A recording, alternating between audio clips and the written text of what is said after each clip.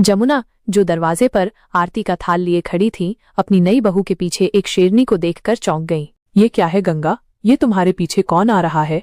क्या मेरी आंखों को धोखा हो रहा है? ये तो शेरनी है। जी सासू माँ, ये लाली है। यह मेरे बचपन की दोस्त है। मैं इसे अपने साथ लाई हूँ। ये गंगा के साथ ही आई है। ये किसी को नुकसान नहीं पहुंचाएगी। नुकसान नहीं पहुंचाएगी? ये शेरनी है, जंगल का जानवर। इसे तुरंत यहाँ से ले जाओ। मेरे घर में ये सब नहीं चलेगा। क्या तुमने कभी सुना है कि किसी बहू ने शेर पाला हो? ये कैसा रिवाज है? माँ जी, लाली बहुत प्यारी है। इसने कभी किसी को तकलीफ नहीं दी। ये हमारे परिवार का हिस्सा बनकर रहेगी।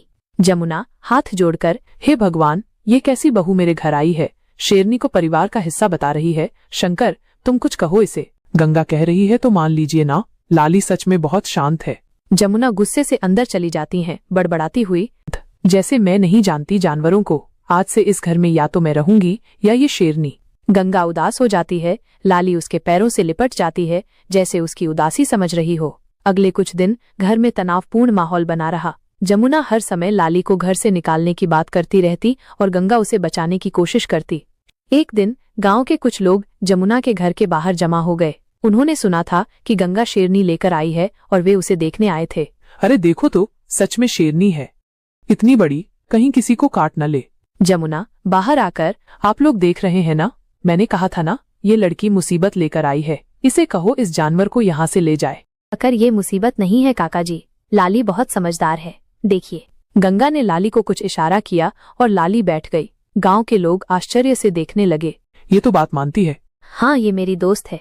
धीरे धीरे गांव के लोगों का डर कम होने लगा। कुछ बच्चे तो लाली के साथ खेलने भी लगे। लाली भी बच्चों को प्यार करती और उनके साथ खेलती।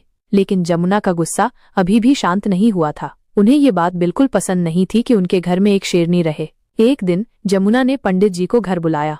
जमुना, पंडित जी देखिए तो ये क्या हो रहा है मेरे घर में। मेरी बहू एक शेरनी लेकर आई है। यह अपशकुन है। इसे यहाँ से भगाने का कोई उपाय बताइए।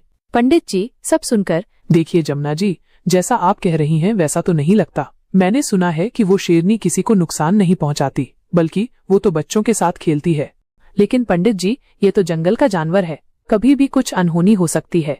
देखिए, हर प्राणी में भगवान का अंश होता है। अगर वो शेरनी शांति से रह रही है और किसी को तकलीफ नहीं दे रही, तो उसे क्यों परेशान करना? हो सकता है कि इस घर में उसका आना किसी अच्छे कारण से हो। पंडित जी की बातों का जमुना पर कुछ असर हुआ, लेकिन उनका डर पूरी तरह से नहीं गया। एक रात गांव में चोर घुस आए। सब लोग सो रहे थे। चोर जमुना के घर में भी घुसने की कोशिश कर रहे थे। जैसे ही उन्होंने दरवाजा तोड़ा, लाली, जो आंगन में सो रही थी, जाग गई। लाली ने दहाड़ना शुरू कर दिया। उसकी दहाड़ इतनी तेज थी कि चोर डर के मारे भाग खड़े हुए। गांव के लोग भी दहाड़ सुनकर जाग गए और बाहर निकल आए। जब लोगों को पता चला कि लाली ने चोरों को भगा दिया, तो वे गंगा और लाली की तारीफ करने लगे। ये तो कमाल हो गया। इस शेरनी ने तो हमारे गांव को बचा लिया। गंगा बहू, तुमने तो सच में शेर पाल रखा है। जमुना भी बाहर आई और उन्होंने सब सुना। उन्हें अपनी गलती का एहसास हुआ। जमुना गंगा के पास जाकर, गंगा बहू, मुझे माफ कर दो। मैंने तुम्हें और लाली को गलत समझा। आज लाली ने हमारे घर की और गांव की रक्षा की है। कोई बात नहीं माँ जी, मुझे खुशी है कि लाली ने कुछ अच्छा काम किया। उस दिन के बाद से जमुना का रवैया पूरी तरह से बदल गया। वो लाली को भी अपने परिवार का हिस्सा मानने लगी। वो खुद लाली को खाना देती और उससे प्यार करती। 2 बहुएं आईं। बड़ी बहू रमा एक शांत और सरल गांव की लड़की थी। उसकी आंखें गहरी और समझदार थीं और उसके चेहरे पर हमेशा एक कोमल मुस्कान रहती थी। दूसरी बहू शिखा शहर की एक आधुनिक और तेज तर्रार युवती थी। वो फैशनेबल कपड़े पहनती थी और उसकी बातों में आत्मविश्वास झलकता था। एक सुबह हवेली के आंगन में दोनों बहुएं पहली बार आमने सामने आईं। शिखा, ओह, तो तुम हो गांव वाली बहू। तुम्हारा पहनावा कितना साधारण है। बहन जी, हमारे गांव में सादगी ही श्रृंगार है। चमक दमक तो मिट्टी में भी मिल जाती है। मिट्टी? तुम सच में गांव से हो? शहर में तो मिट्टी भी डिजाइनर गमलों में मिलती है। हमारे गांव की मिट्टी सोना उगलती है बहन जी। उसी से अन्न पैदा होता है जिससे शहर वालों का पेट भरता है। उसी समय घर की बुजुर्ग दादी अम्मा, क्या बात हो रही है बहुओं? सुबह सुबह ये कैसी चर्चा है? कुछ नहीं दादी अम्मा, हम तो आपस में जान पहचान कर रही थीं। जी दादी अम्मा। दादी अम्मा दोनों को बारी बारी से देखते हुए, याद रखना, इस घर की दीवारें प्रेम और सम्मान की नींव पर टिकी हैं। चाहे गांव की हो या शहर की, हर बहू इस घर की लक्ष्मी है। रमा सुबह जल्दी उठती, पूरे घर को साफ करती और रसोई में जाकर सबके लिए स्वादिष्ट नाश्ता बनाती। उसके हाथों में जादू था और साधारण सी चीजें भी उसके स्पर्श से लाजवाब बन जाती थीं। रमा गर्मा गर्म पराठे पर घी लगाते हुए अपने पति से, लीजिए स्वामी जी, गर्मा गर्म पराठे और ताजी दही, खेत की मिट्टी की सौंधी खुशबू इनमें रची बसी है। शिखा देर तक सोती और जब उठती तो उसे हर चीज एकदम परफेक्ट चाहिए होती थी। उसे डिजाइनर कपड़े पहनने, महंगी चीजें इस्तेमाल करने और शहर की पार्टियों में जाने का शौक था। शिखा अपने पति से, यह क्या नाश्ता है, कुछ हेल्दी और ट्रेंडी क्यों नहीं है? मुझे तो स्मूदी और एवोकाडो टोस्ट चाहिए। काम करने के तरीके में भी दोनों का भारी अंतर था। रमा हर काम अपने हाथों से करती थी, उसे मशीनों की उतनी आदत नहीं थी। रमा कपड़े धोते हुए गुनगुनाते हुए, हाथों से धोने में कपड़ों में अपनी खुशबू आती है, मशीन तो बस उन्हें घुमा देती है।